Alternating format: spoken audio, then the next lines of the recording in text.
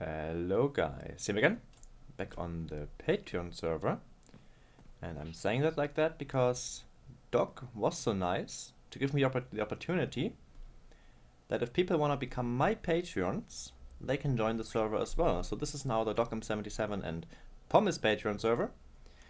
So yeah, if you want to join, play with me, play with Doc, join either our Patreons. It's great fun. So yeah, anyway, here we are at the spawn area. Here you can see it's the spawn that I showed you in the first episode. Here we are at the Phantom Tower that you might have seen on Twitter already. If not, you should probably follow my Twitter, because I occasionally tweet stuff. I will not spam your timeline. I occasionally tweet updates. And yeah, just move on. This area has been beautified quite a lot, but I'm not showing this off now. This will be in a future episode with before and after shots. This will not be subject of this episode. What I want to show you today is at my base, and it's a bit of a smaller project. Once again, mostly streamed on Twitch by me actually, all live. So if you want to catch me in the process of building things, you should make sure to check the description to find my Twitch link. Let's head by the wood farm. And actually, one thing I can show off real quick. We have a new information center now, really helpful for new people. We press this button here. We have a nice elevator down, and what we have down here is a map. You can look at it. It's a map of the entire area. There's a little bit of a spoiler for future episodes now. And one of the fancy things this room has, or the server has, item frames actually don't really care what they're on. And it's really handy. It opens up a lot of possibilities. So what I can do is I can pull away the floor, and now we are in zoom mode.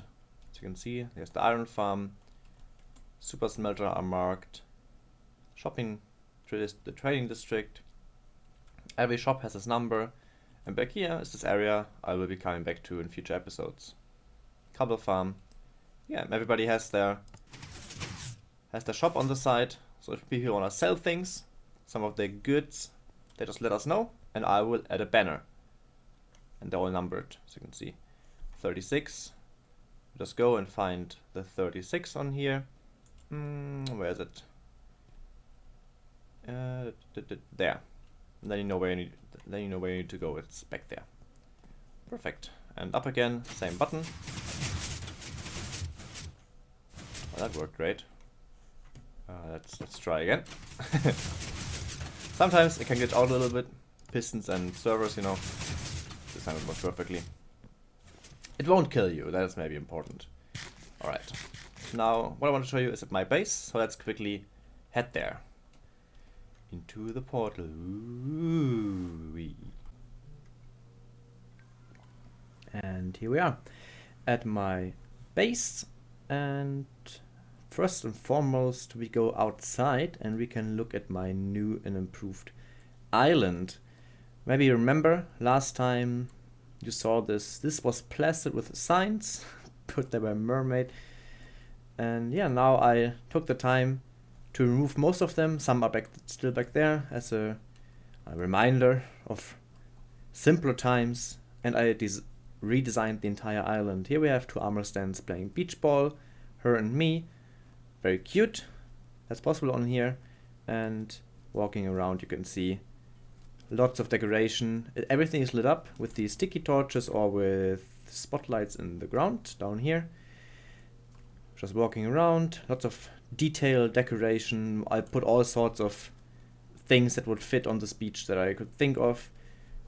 Like these bushes, some sea pickles, some buttons as some rocks. Corals are somewhere, if you wonder how they are not drying out. These are on a waterlogged half slab, as stair works as well. Any waterlogged block does not make them dry out. Up here, the trusty leaf spam. Walking around further. Oops, against the tiki torch, you can take a look at the tower. That is not new. Just one quick look around. Also funny, there's animals spawning everywhere because we don't actually have spawn chunks loaded. So if I'm alone and in an area with not enough animals, they actually respawn. As you can see, there's like dogs and cows and chicken. Pretty cool. Also these clamps on the ground, also done by Armor Stand. If you're interested in how to do these, actually, just let me know. I might make a tutorial for it. In the water as well, some lighting, some corals. Not too far though. I still have plans to also decorate the ocean a little bit more, but for now I just focus on the island, backside of the island, and going around again where it gets more lush, onto the path leading to the bridge, which I also finished, to another project I'm not going to reveal right now. And there's also these trees here, and yeah, I want to decorate this ocean eventually. Just not yet. But what I actually wanted to show this episode is down here, because before, how it used to be, you would have to swim over there to get to my trading hall. Now what we can do, there's this trading hall thing. We just land on the elevator as well. It's the same design as earlier. It brings us down, and down we have a piston boat. It's pretty simple. What happens here, this button just powers this piston, and then it's the typical piston boat design with where the pistons are with one tick, like interchanging between each other by one tick. So this one gets activated first, obviously. So this minecart gets pushed over, then this one minecart gets pushed one more, then this one minecart gets pushed one more, and so on, so on, so on. And it's really fast. Most of you probably know it. You can quickly go ride it. Hop. And it also goes diagonal. That's a little bit trickier. And down. What happens down here is also, I hope I don't dig into water now. Actually, let me show that somewhere else. We can quickly ride it back. Basically what it just is, it's a refuel mechanism and a minecart collection system. So what happens back here, the minecart arrives here, and because it lands on a soul sand, these rails actually suck it down. It runs into the cactus, gets sucked up by the hopper. And when going behind here, we just have this comparator detecting if the minecart goes in there, and then this simple observer clock making sure the minecart lands in the top dispenser, because these ones are all droppers. The top one is a dispenser, so it goes in here.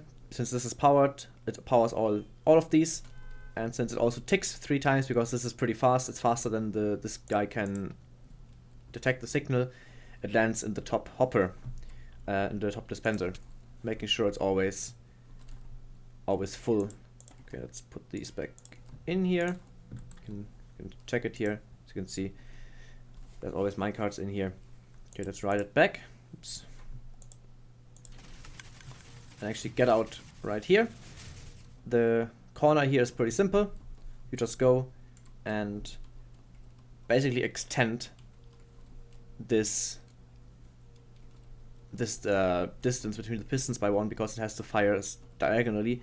Other than that, it's really seamless. Other than that, the wiring is very similar. You just make sure the rails are curved towards where you're going, and then you put the wiring like this. Goes diagonally. And now going away from diagonal again, there are several ways to do it. The way I did it here now is maybe due to 1.13. Basically, all of this thing I looked up in a tutorial by Beast. He made up a really cohesive tutorial on piston bolts. And this is also his design on getting from diagonal to straight again. But it didn't quite work. So what happened? Timings apparently changed. So in his tutorial, these repeaters are on 2 ticks, I think. They need to be like this, and then back here, this repeater also has, I think, 1 more tick delay. I'm not quite sure, but some timings have to be changed. So this makes this thing a little bit slower than the original design, but it still works, as you saw twice. And then here it's the same thing again, interchanging from one piston to the other, just propelling the minecart forward. And getting out of here is also very simple. It's a longer pulse or longer delay. So the minecart gets pushed on here, and then this block pushes minecart on here. And since this is a solid block, it gets repelled. And here's the same thing with the rail below, so it gets sucked up. The thing is just, I don't want to dig in here because there's water all around. I don't want to break it. There's another piston bolt right here. Very short one. Also ride it real quick. Just straight, leading me to my villagers. My villager trading, well, open area at the moment. There's gonna be some build around this in the future. But yeah, for now it's just an open area. And this two-way water elevator. Oops. Standard is down. It's also very simple. If we grief in there real quick, maybe not here. Oops. Yes, better. Yeah, this is the wiring for the trading hall. If we grief in here real quick, what happens is just this gets pushed over, and then with a long delay, it gets pushed back. it's very, very simple. As you can see, get pushed over, gets pushed back. So it defaults to sucking down because obviously, if you walk in, it's harder to wire it from up here down, so it would suck you down. That's like this. You can ride the thing back as well. It's similar design. Also gets sucked up here, and this just leads towards the trading hall. Oops. Where my villagers are, and my valuable chest. I want to put that in here, where people can trade. Yeah, and before you would have to fly or you would have to swim. Now this is all within a very nice piston boat system. If we go on top real quick and land, you can look at it. There's some water glitches, but yeah, I think it looks. Oops, I think it looks really cool. We can fly above it as well. The white concrete and the white glass underwater, and especially since this is like the warm ocean, it gives it a really nice color. I like it a lot.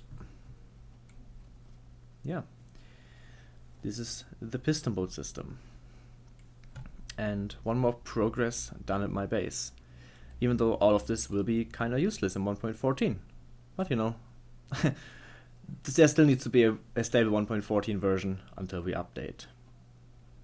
Okay, I think, oh yeah, we can also take a nice look at the island from here. Look at this.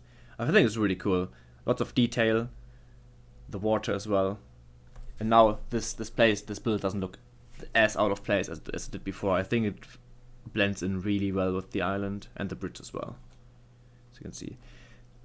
I still have plans to have, as you can see, there's iron bars, to have iron bars connect the bridge to the floor, like strings, like or support beams. The thing is, with the shape of the bridge, it's insanely difficult. I tried a bunch of times. It's so hard because I want it to be a nice incline or decline, but it also has to be curved. And yeah, it's hard. If somebody is really good at math, they can maybe calculate it. Let me know, guys. I put it on hold. I tried like 5 times. Every time I was not happy with it. So it's not priority right now. You can look at them playing beach ball a little bit more. This is done by the books we have on the server. They're out of sync currently, a little bit. Unfortunately, but yeah. If the server restarts a bunch of times, that can happen. Okay, I have one more thing, or 2 more things I want to show you. And for that we need to head back into the Nether.